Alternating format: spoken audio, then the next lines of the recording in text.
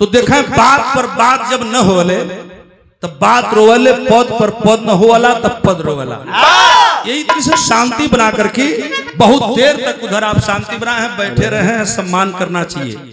लेकिन बहुत झटका में एगो ऐसा विरहा सुनाई कोनो चैलेंज त नवा, लेकिन सुन करके जाएंगे तो आपके अंदर भी एक बात कल तक परसों तक नरसों तक जबले भी बिरहा होश रही तौले तो हम लोगों के खोजी कि आचार्य जी का गा के गईला तनी समर बात सुनिया लो। एगो बड़ा चमत्कारी विरहा हम सुनाओ, तनी 10-15 मिनट का समय ले खाली विरहा में। एक विरहा का प्रसंग मैं देने जा रहा हूं। अभी भी सुमित्रा नंदिनी जी ने छोड़ा है जहां ब्रह्मा जी के 2 बिटिया और बेटवा बतौलिन, जिस पर भगवान विश्वकर्मा की कृपा हुई और वह जाकर के कहां तक कहां छुई। आज हम मैं आपको शांति पूर्वक बैठेंगे, फिर ही कुछ संकेत करते हुए जरा सा स्वर बना के आओ मिलेश तक। मेरी पहली ही लाइन से विरहा की शुरुआत हो गया।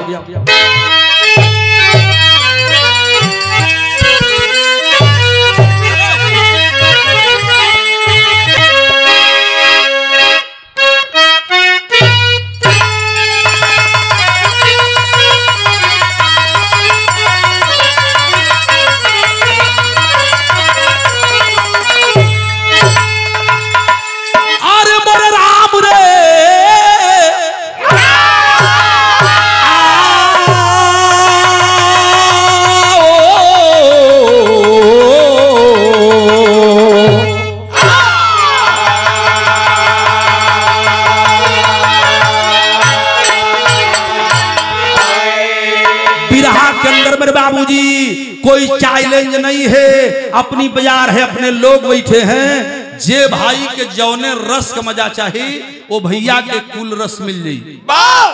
इसी बिरहे के अंदर कहानी कांड कहानी पुराण खोज नई जो मैं बताया आपके लिए वह सारी चीजें समाहित हैं। लेकिन बिरहा की शुरुआत कैसे हो जाती है वहीं से लाइन पर लाइन।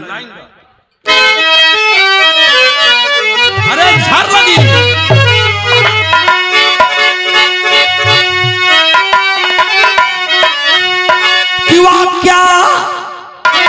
वाक्या एक सुने सरकार सजलवा ब्रह्मा के दरबार, हाथ में गजरा लेके बोले खेवनहार।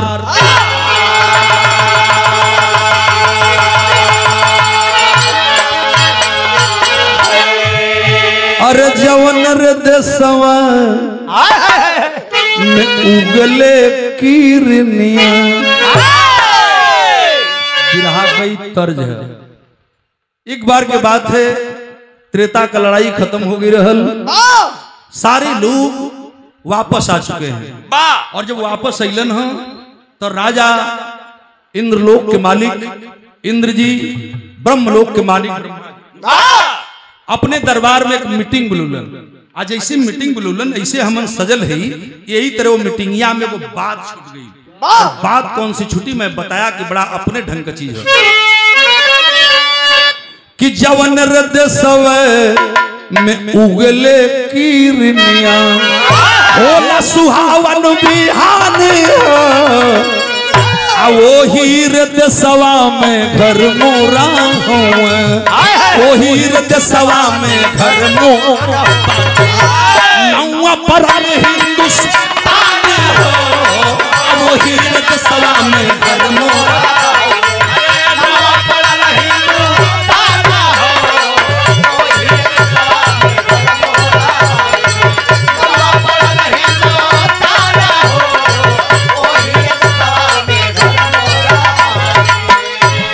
ब्रह्मा के दरबार में सारे देवताओं की मीटिंग बुलाई गई और उस मीटिंग में ब्रह्मा ने एक बात कह दिया कि बोले हैं ब्रह्मा सुने देवतनवा, बोले हैं ब्रह्मा सुने देवतनवा, अथवा लिए स्वर्ण हार हो, बोले हैं ब्रह्मा सुने देवतनवा,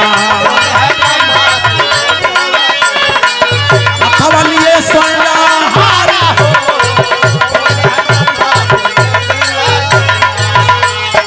और कौन सबसे बड़ा है। ब्रह्मा जी अपने हाथ में एक स्वर्णिम माला लिए मेरे बाबूजी, और स्वर्णिम माला लेकर के उस मीटिंग के अंदर खड़े होकर के एक बात कह दिए। मैं सारे लोगों से एक चीज जानना चाहता हूं कि इसमें से सभी लोग बताएं, जितने लोग उपस्थित हैं, कि इसमें से सबसे बड़ा कौन है। आज जे सबसे बड़ा होई, जे सबसे बलशाली होई, जे सबसे बड़ होई, ओकरा के हम स्वर्णिम हार पहनाई। स्वागत करो। कहला जे सबसे बड़का होई ना, ओके स्वर्णिम माला गला में डाल दे। सब अपन अपन हमारी में पड़ जा, हमारी में पड़ जा। कौन सबसे बड़ा है सवाल हो गया है। और जब सवाल भल तब भाव कितना सुंदर है कि साबित करे कौन सबसे बड़ा है, साबित करे कौन सबसे बड़ा है। तालू गले सुली साबित करे कौन सबसे बड़ा है।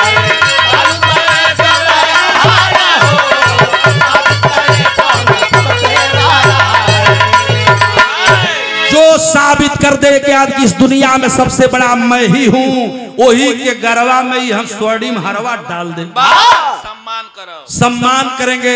जब ब्रह्मा जी बात कहलन ना, तो सबकर मूड़ी अब लपक आगे जाता कि हमारी में पड़ जा, कि हम बढ़े हमारी में पड़ जा। आज जब पड़े का बारी आई तो कोई खड़ा न होता।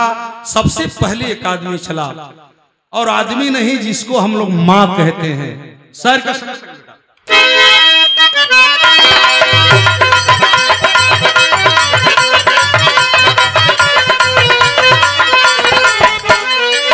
ललार लार लला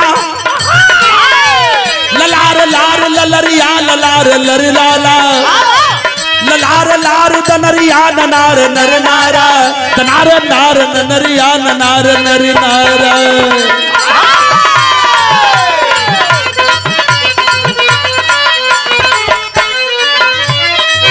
धरा खड़ी हुई, धरा खड़ी हुई महान हमी है ज्ञानी, धरा खड़ी हुई महान हमी है ज्ञानी। होता है पाप पुण्य धर्म रहते अभिमानी।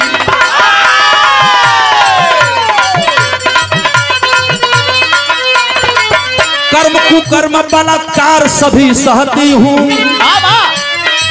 कर्म कुकर्म बलात्कार सभी सहती हूँ, फिर भी सर्व जीव जंतु रक्षा करती हूँ।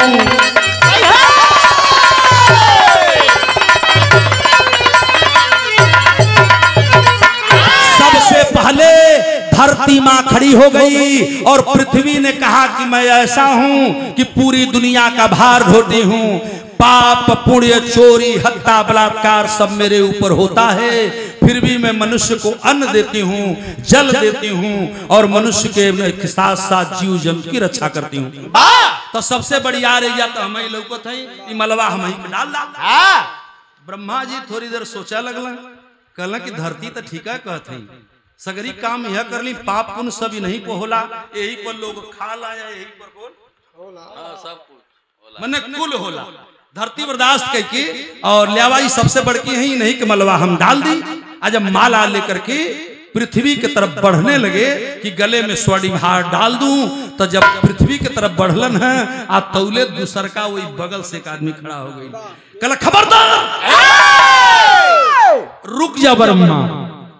अब खड़ा के भाई गीत वही लगल पहलवा जब बिरहा लगा तो टेक भी लिखा जैसे हम गावत हैं कि मुझसे बड़ा है ना कोई जहां में, मुझसे बड़ा है ना कोई जहां में, डाला गले हमारे हार हो, मुझसे बड़ा है ना कोई जहां में।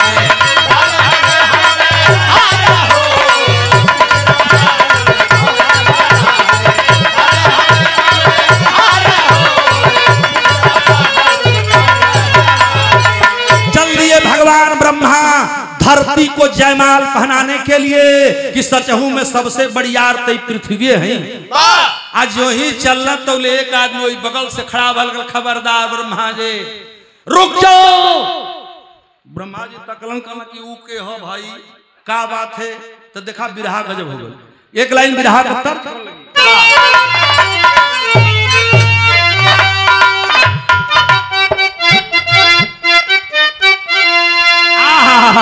यह गीत बा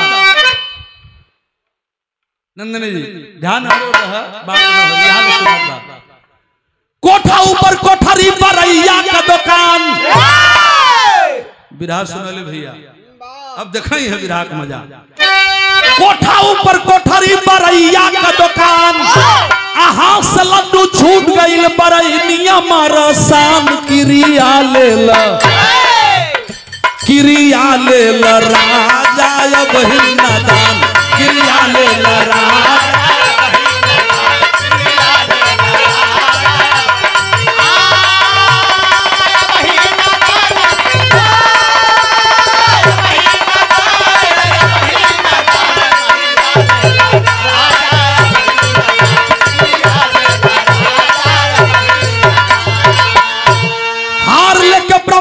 पड़े हैं श्रीमान तवले शेष नाग भैल सिनवा के तान बात मान हमार ढोई सिरवा पर भार मान हमार ढोई सिरवा पर बात मान हमार ढोई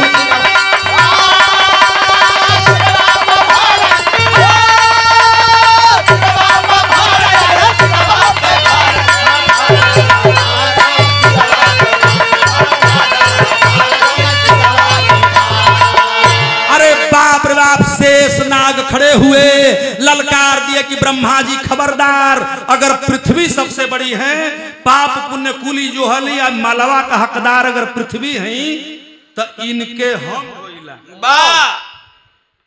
लोग कहते हैं कि शेष नाग के फन पर यह पृथ्वी टिकी हुई तो शेष नाग कहला कि इनके हम ढोइला मलवा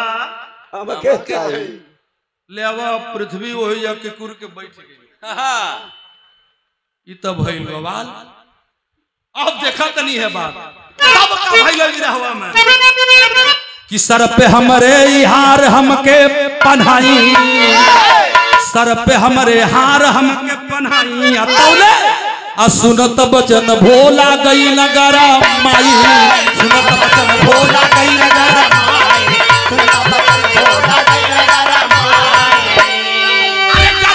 भोला तू हो जा खबरदार तोहरे नयर कीरा हमारी गरवा का हार माला दे दा हमार बात मान सरकार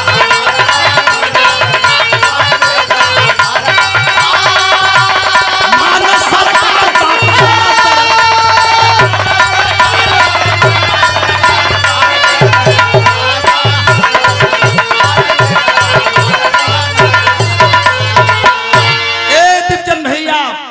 भगवान शेषनाग खड़े हुए थे कहला कि पृथ्वी के हम ढोइला माला हमके चाहिए। जब शेषनाग खड़ा भइला तब गरज पड़े भगवान भोलेनाथ ब्रह्मा जी खबरदार रुक जाइए यह माला शेषनाग को नहीं बे शेषनाग बड़का वीर बनत हुआ तो शेषनाग खुटे गठियाल तोहरी नियर कई हजार कीड़ा हम गरवा में लपेट के चली तू अगर पृथ्वी के ढोवेला आप पृथ्वी बड़ से बड़ियार तू हुआ इनके तू ढोवेला तो तोहरी ऐसा कीड़ा कई हजार हम गरवा में ढोइला ब्रह्मा जी मलवा हमके चाहिए फंस गए ना ब्रह्मा जी कहलन कि हो ठीक है कहत हूँ भगवान भोलेनाथ की ओर बढ़ना ब्रह्मा आ कहलन कि मलवा तई नहीं के पहनावे के चाहिए। अब लेके जब भोला की ओर चलन तो भगवान भोलेनाथ के जब चढ़ावे खातिर माला चल रहे पंचो तो बिरहा का गीत बन गया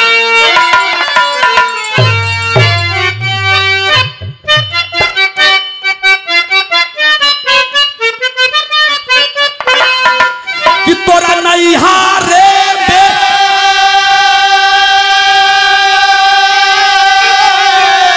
तोरा नहीं हारे में तू गोई यार बारे तोरा सके ना जइबो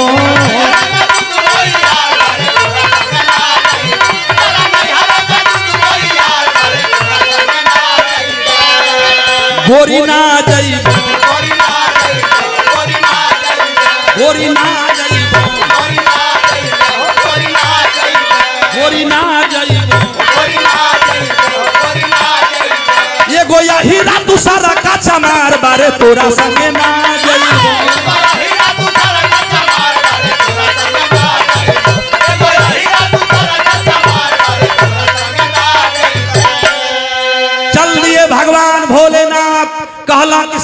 के बैठ जा, तोहरी नियर कई हजार कीड़ा हमारी नटैया में लपेटल बा। ए पंचो शेषनाग के मार दहल लकवा,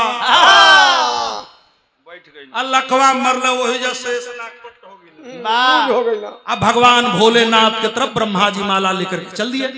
और जब ब्रह्मा की तरफ ब्रह्मा जी भोलेनाथ की तरफ चल रहे तो अब हाई बिरहा देखो कि बोला है रावण, बोला है रावण तनी हो जा खबरदार। जो मैं धुन बता रहा था वो धुन में बिरहा बेटा काहे हो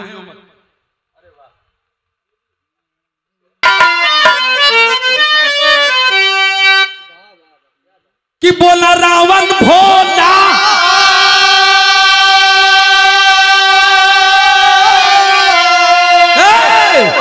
बोला रावण भोला हो जा खबरदार हो उठाए के पहाड़ चलनी।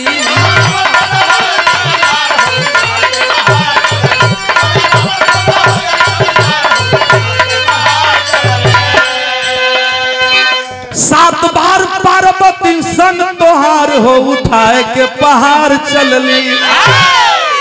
भगवान भोला अगर तू दुनिया का सबसे बड़का हुआ पृथ्वी इनके ढोवेली, अरे पृथ्वी के शेषनाग ढोवेला, शेषनाग के तू ढोवेला तो सुन दुनिया से बड़का तू ना हुआ।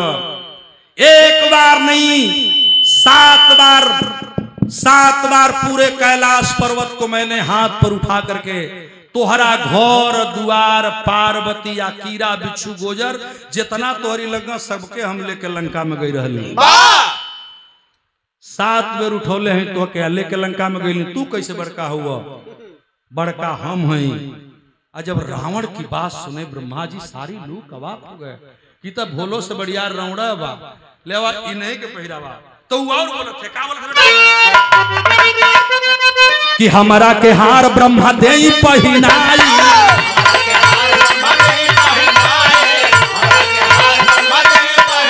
भैया तबले सुनत बजात सुनत बात हर बाली गई आई, सुनत बात हर बाली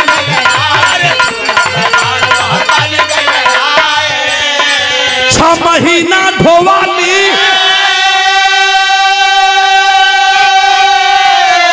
रावण जब चले मेरे बाबूजी, रावण को ही ब्रह्मा जी ने कहा कि यही बड़े हैं इन्हीं को भार दे दिया जाए। आज जो ही रावण की ओर बढ़ला कहला भगवान खबरदार ए रावण तू है रावण हुआ। एक आदमी खड़ा हो गई रामायण बतावेला ओकर नाम रहल बाली आ कहला तू है रावण हो ना भुला गइल कि 6 महीना ढोवाली होश करा 6 महीना ढोली कखिया मझार हो उठा के पहाड़ चलनी।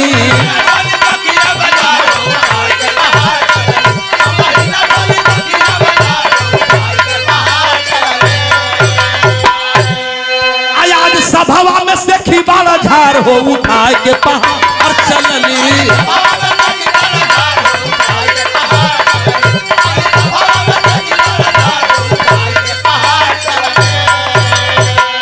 अरे रावण अगर आप बहुत बड़े हो बलशाली हो तो मैं बाली बोल रहा हूँ।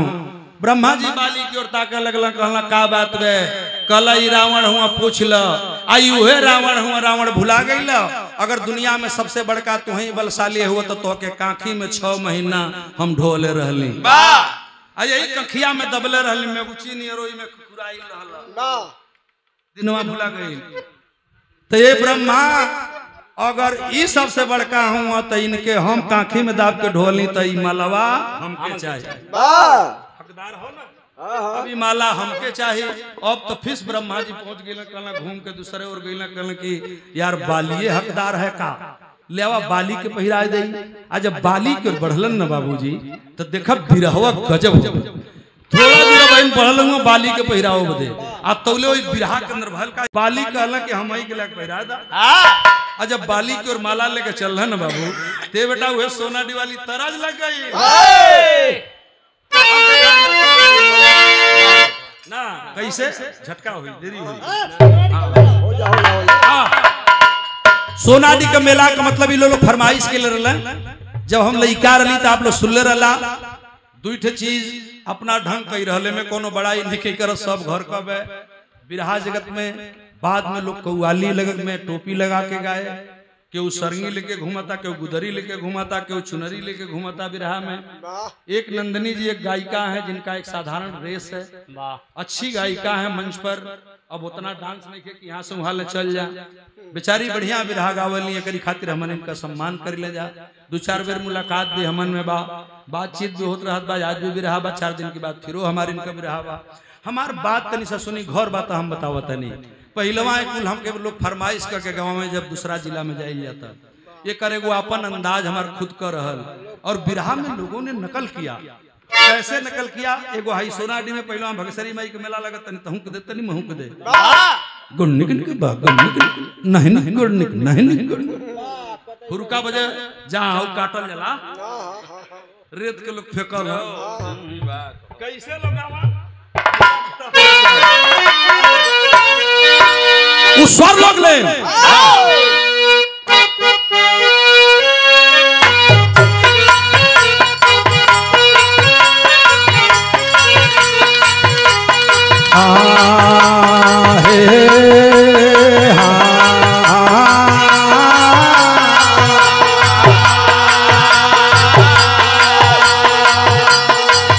बोला बोला हो बोला बोला हो बोला बोला भगसरी माई की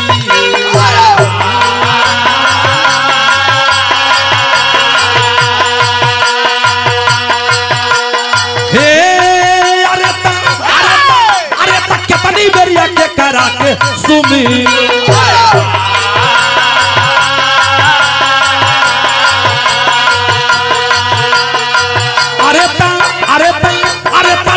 सुमिरा नवा का जुनिया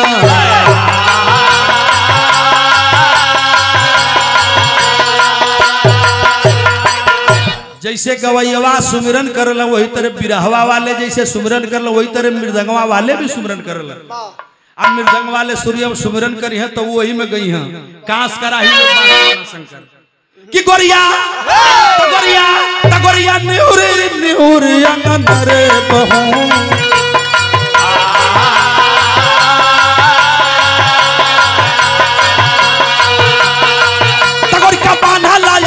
उड़े जा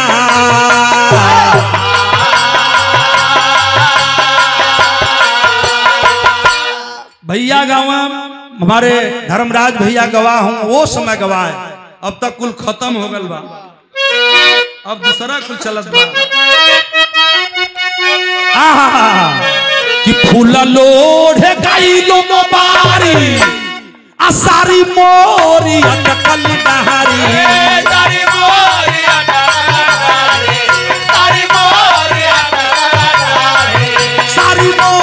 अटकल डहारे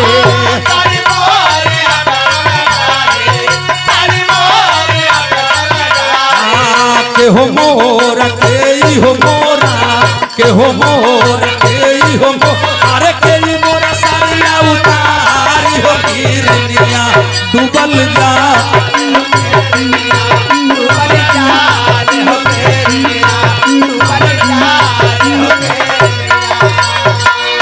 एकर जवाब लोग गावा बाबू कि सुनबा तू सुनाबा हो रहिया ले बटोहिया रहिया ले बटोहिया रहिया ले बटोहिया तनी दे बतानी हो देवा तनी दे बतानी हो अरे तनी दे बतावा उतारी हो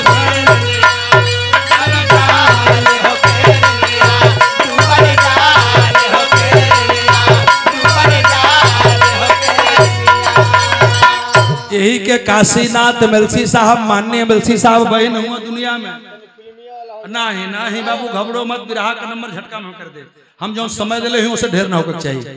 भाव कितना सुंदर है कि छपरा संगरिया अरे चलनी दुई बहनिया उठावा रंगले हो रहली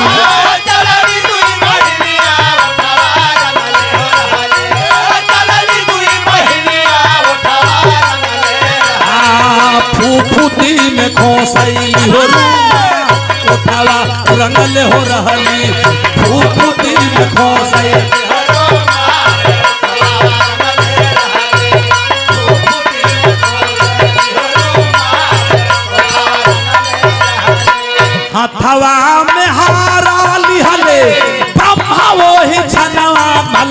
के पहिराई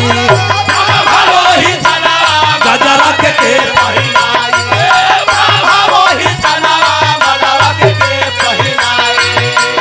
बाहो यार के बाम के बाटे सभा में बलवान गजरा के पहिराई के बाटे सभा में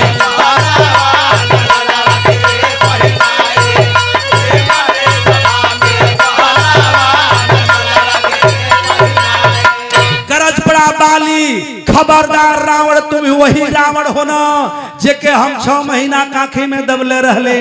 ऐ ब्रह्मा माला हमको दीजिए, मैं सबसे बड़ा हूँ। अब सब ठकुआ गए कि सबसे बढ़िया तई बाली लौकत बे आ तौले आय तौले के आ गए तनी हाई देखा कि तौले श्री राम आई गई न समानावा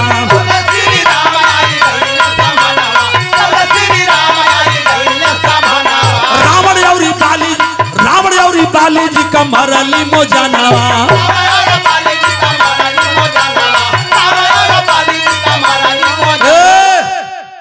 बाल तुम वही न हो। अरे बाले अपने भाई के साथ तूने अत्याचार किया जिसके लिए मुझे तेरी हत्या करनी पड़ी और तुमको मारने वाला मैं हूं। हमके लोग राम कहलन। ब्रह्मा जी भगवान राम के ताके लगलन की हो अपना के साबित करिहन का। राम को बर्दाश्त नहीं हुआ। राम खड़ा होन कहलन कि तो के हम ही मर लिया। सुनो जोने रावण का तू बात करत हुआ वो रावण के भी हम ही मर ले हैं। ते ब्रह्मा जी अब हमार बात सुनो। माला अगर आपको देना है तो विचार करिए, लेकिन मेरी बात तो पहले सुन लीजिए। और बाली भी टुकु टुकु ताकत और रावण भी ताकत है कि दादा हो दादा दोनों जने के अंत राम के हाथे वही रहे तो मालवा ही नहीं के पड़ जाई। अब तो बवाल हुई तौले का भाई तनी देखन कि तौले श्री राम आई गई न समाना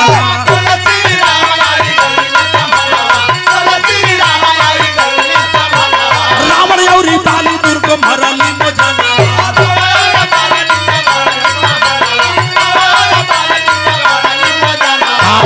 हरवाले के ब्रह्मा चलले हरवाले के ब्रह्मा चलले राम के समानवा गजरा के पहिनाए राम के समानवा गजरा के पहिनाए राम के समानवा गजरा के पहिनाए तौले गरजतिया गईल हनुमान गजरा के पहिना तौले गरजतिया गईल हनुमान गजरा के तौले गरजता गईल हनुमान।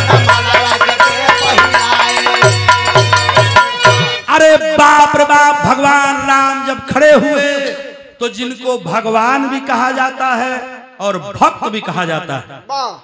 भक्त हनुमान खड़ा हो गई कलम ब्रह्मा जी रुक जा रुका हो जा रुका ईश्वर हार हार अबन तोर आंखें में रही ऊ ताकत हो कल के हो हाउ के खड़ा हो कल के अरे ना चिन्हत हुआ तो इनसे पूछा राम से हम के ही भगवान राम तकल कल हनुमान तू अरे मेरा भक्त हो हनुमान बैठ जाओ कल हम हार खातिर नहीं खड़ा हमारे को बात सुन लो राम के समझाओ तना हनुमान कि तौले हनुमान आई गई न समाना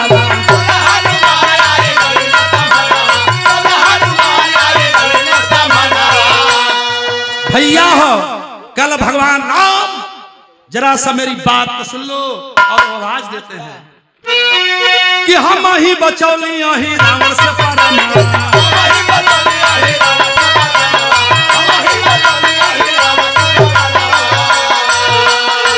भगवान राम तू आ लक्ष्मण सीता जब हर गई रही तब वन में भटकत रहला लोग हे खग हे मृग मधुकर श्रेणी तुम देखी सीता मृग नैनी। खैर हमें पर तुहार शक्ति का बखान नहीं करत न अपमान करता नहीं, लेकिन भगवान राम अगर इस हार के मालिक आप हो तो मैं हनुमान हूँ, मैं आपका भक्त भी हूँ, मुझे माला नहीं चाहिए लेकिन जो सही बात बा वो कह देता नहीं तो हके या तोहरी भाई लक्ष्मण के वही लंका की लड़ाई की शुरू की पहलवा रावण चसल रहला कि न सोचलस कि न राम रही न लड़ाई तो तोहके हत्या करे खातिर काटे खातिर पतालपुरी के राजा अहिरावण ले गई रहे। आज जब महिरावण तोहार हरण कैलस तो लक्ष्मण का राम का हम ही जान बचौली आ तब लड़ाई भेल तब तू रावण के मरल तो हार का मालिक हम ही हो गल बाबा। हनुमान जी के बात सुन के भैया पंचो विरासर वाले पंच गोसाई भगवान राम के वही जल लकवा मरल। कहा दादा हमरे भक्त हम ही के फेर में डाल दल अब वही जब भगवान राम की कुरना हरिंदर अब तुरंत बैठ गल कहल कि अब तो ठीक है बा भैया हमरे भक्त का करी लेकिन हमार प्राण बचौले है तू ही बलवानो। ब्रह्मा जी हार लेकर के हनुमान के तरफ चल दिए। अये विराह सुने वाले हमारे पंच गोसाई जब हनुमान के सोचला कि ले आवई नहीं के मलवा पहिरा दे है सबसे बड़का बाणा आ तवले का भइल तनी अब हाई देखो कि तवले मकर ध्वज वही गईला संभालावा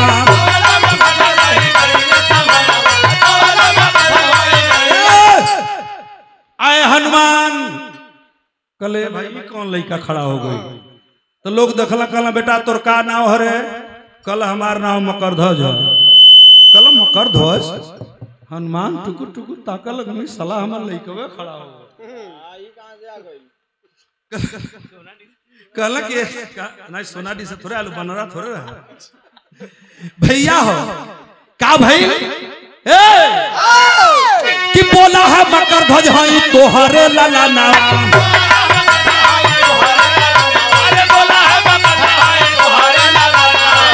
सुना हनुमान का बात करत हुआ ना हम तोहार लड़का हैं कहे के ना चाहिए लेकिन साहनी जी धर्मराज भैया कहला सुलैकवा कि सुना बोला है मकर ध्वज हई तोहरे लाला नाम हम ही बचौली अही रावण से पारा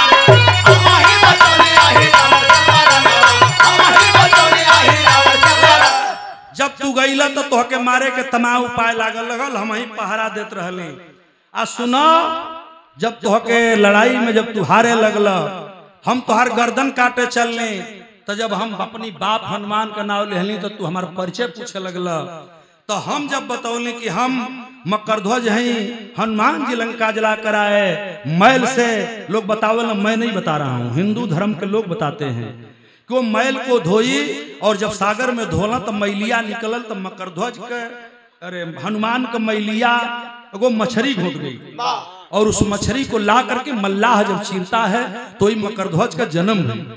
कलक तोहार लड़का जरूर है लेकिन अहिरावण के जाए खातिर तो से जब लड़े लगली तो तू अंत में हमसे माफी मांगला तोहार गर्दनिया हम में काट देले होती तोहार गर्दनिया काट देले होती तहिया ई माला पहिरे लायक तू ना रहल होत लेकिन जब तू कहला कि हम तोर बाप हैं तो हम बाप जान के तो से कहली कि तू हमके हे खम्मा में बांध दो आ चल जा तो तू हमारी कहले पर हमके खम्मा में बंधल आ तब गइल त राम के बचाओ चाहे हनुमान के बचाओ नहीं तो तू वही जात हो कि हम काट गले होते हनुमान कहला साला हमार लइकवे रोड़ा हो कहला त बजर पर गइल हे भगवान अब का होई कलन की बैठ गेलन हनुमान राम भी बैठ गेलन मकरध्वज कहा कि मुझे हार नहीं चाहिए लेकिन सारे लोगों के पास अब कोई विकल्प नहीं है।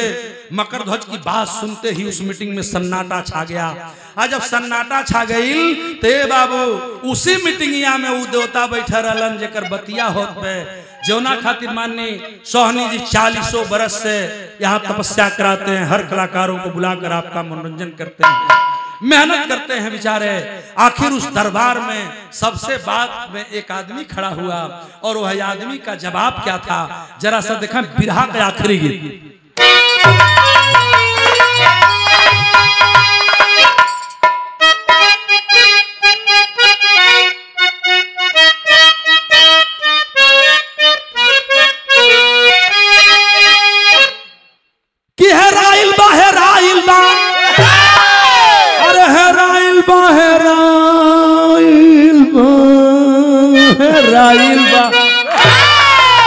तनी खोज सैया झूलनी हेराइल बा तनी खोज सैया झूलनी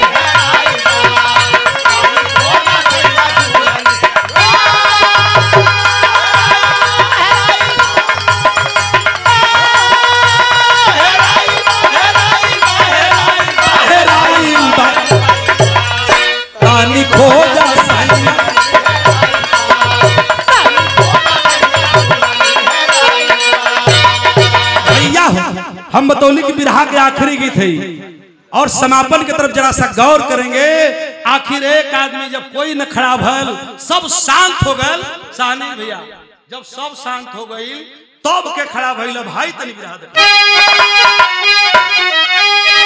कि आइल बा हो आइल बा पंचो आइल बा हो आइल बा हे आइल बा पारी बाबा विश्वकर्मा जी के आइल विश्वकर्मा जी के आइल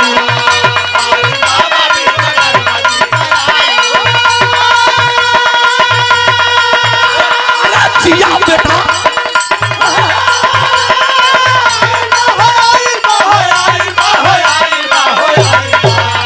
पारी बाबा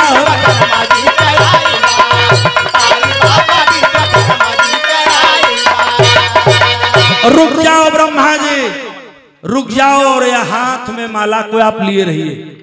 कल के है सरकार खड़ा हुआ तो लोग देखा लगल के सृष्टि के रचयिता भगवान विश्वकर्मा हुआ तो नहीं खे मालूम।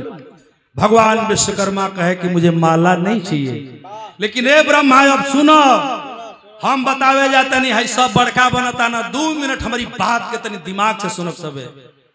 पहले इशारा कैला ब्रह्मा के तरफ कि विश्वकर्मा बोले हार हाथ में जमारा ला विश्वकर्मा बोले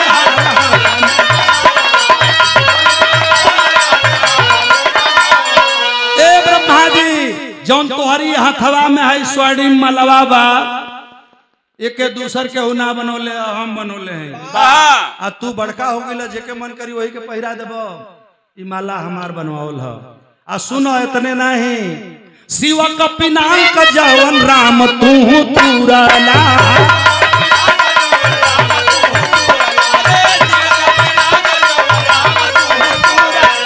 आए भगवान राम राजा जनक के यज्ञ में स्वयंवर में आपने जिस पिनाक को तोड़ा था धनुष को, वह धनुष भी मैंने ही बनाया था।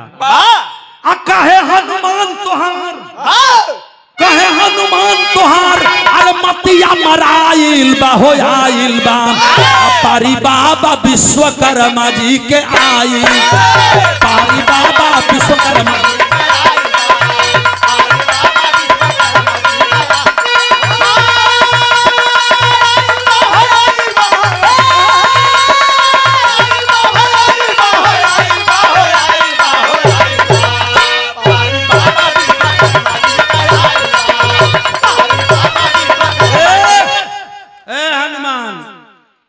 अरे लंका के जरवल जवन हम ही बनवली हमारी हुई बनाई लंका को जला डाले तो वीर बनते हो, राम का प्राण बचाए हो, तुमको हार चाहिए। ए ब्रह्मा जी आप हार के मालिक अभी हाथ रुके रहिए, मैं बता रहा हूँ हमके हार ना चाहिए, हम हार लेवे खातिर नहीं खड़ा। देखा नंदिनी जी बता रही थी फलाना का लड़का रहला फलाना का लड़के इनका माई फलाना रहली उनका बाप फलाना रहलन, लेकिन हम सच्चाई बोल रहे हैं। विश्वकर्मा पुराण उठा करके पढ़ लीजिएगा, न तो कहीं भगवान विश्वकर्मा का रहने का स्थान मिलता है, न तो कहीं भगवान विश्वकर्मा की सच्चाई है उनका परिचय मिलता है, बल्कि सच्चाई यही है कि जब सृष्टि की रचना हो गई तो जब जब जिस जिस चीज की जरूरत धरती पर पड़ी वह चीज भगवान विश्वकर्मा ने ही बना करके दिया। इसलिए लोग विश्वकर्मा के विषय में जानते हैं और बोलते हैं, लेकिन हम पढ़ले बने विश्वकर्मा पुराण तब हम बताओ तनी तनी हमारी बात के समझी सब है। कलन हमके हार ना चाहिए, लेकिन सुना हम ही हथियार बनौली।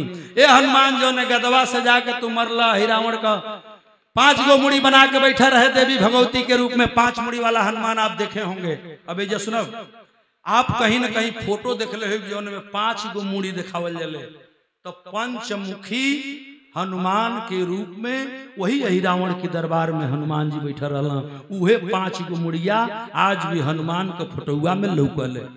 बतिया बिगड़ जाई ऐसे हमार बिरहवा बिगड़ जाई, तनी सब बात के समझी। विश्वकर्मा जी समझावत हो हनुमान के काहे रमणा गईला, हम ही गदवा बनोले रहले आ तब पोल खोला ताणन का खोलना है कि लंका जौन बनवली जाके तू ही रावण बली वाला बाण हम ही सवरला रावण बली वाला बाण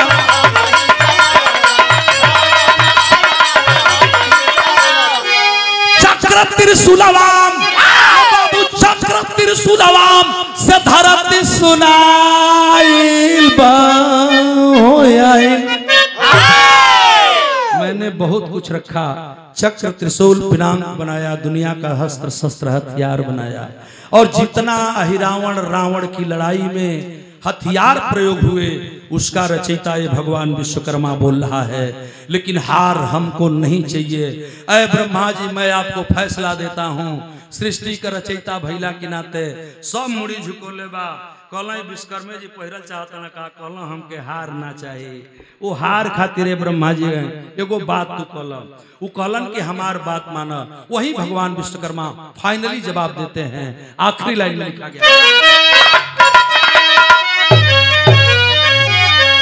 कि चढ़ी के विमान भगवान जवन आइला,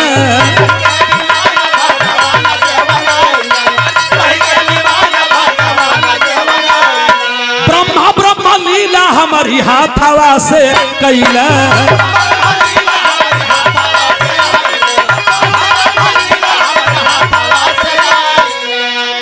ए बाबू विश्वकर्मा जी जवाब दिला, ब्रह्मा जी इस हार के स्वर्णमाला के आप मालिक हैं। तो कहला कि हम तब का करो। अब देखिए हमारे आखिरी लाइन बतौलिए भी रहा करो। कहला कि तब हम का करें। कहला कि इसको ले जाइए अपने सिंहासन के ऊपर, जो खूंटियां बनी हैं उस खूंटी में इस हार को गाड़ दीजिए, वहीं ले जाकर के टांग दीजिए। कहला कोई खुटिया पर टांग दें, खुटिया पर टांग अब यही तरह रही। कहला कि ये मेरा बनाया स्वर्णिम हार है, किसी के गले में नहीं पड़ेगा, ले जाओ खुटिया पर टांग दो। आज जब खुटिया पर टांग देला ब्रह्मा जी बाबू सब टकुटकु ताके लगल। और मैं बिरहा में प्रमाण में देने जा रहा हूँ कि गुरु दिन मोहम्मद गई लगावत भजनिया, आचार्य गौरी शंकर क लागल बा लगनिया। कहे गौरी शंकर हार, कहे गौरी शंकर हार, ये पंचोया बहिले धराइल बा हो आइल बा। पारी बाबा विश्वकर्मा जी के आइल बा, पारी बाबा विश्वकर्मा जी के आइल बा।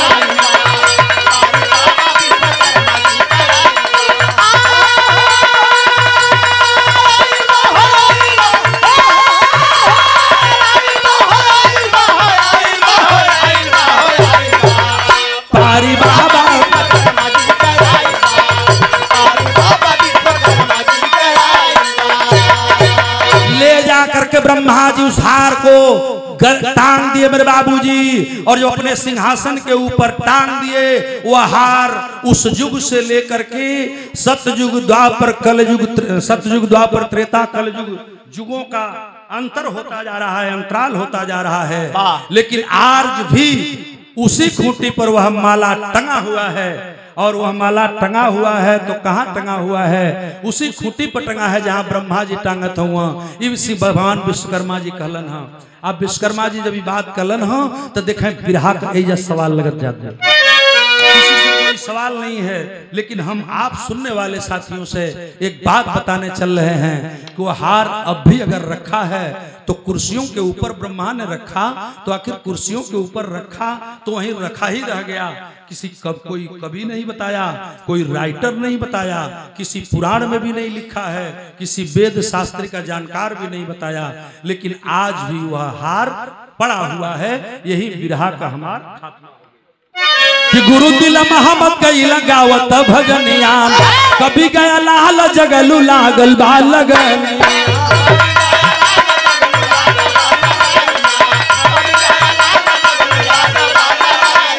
कहे गौरी शंकर हार बहिले टंगाइल बा हो आइल बा, पारी बाबा विश्वकर्मा जी के आई।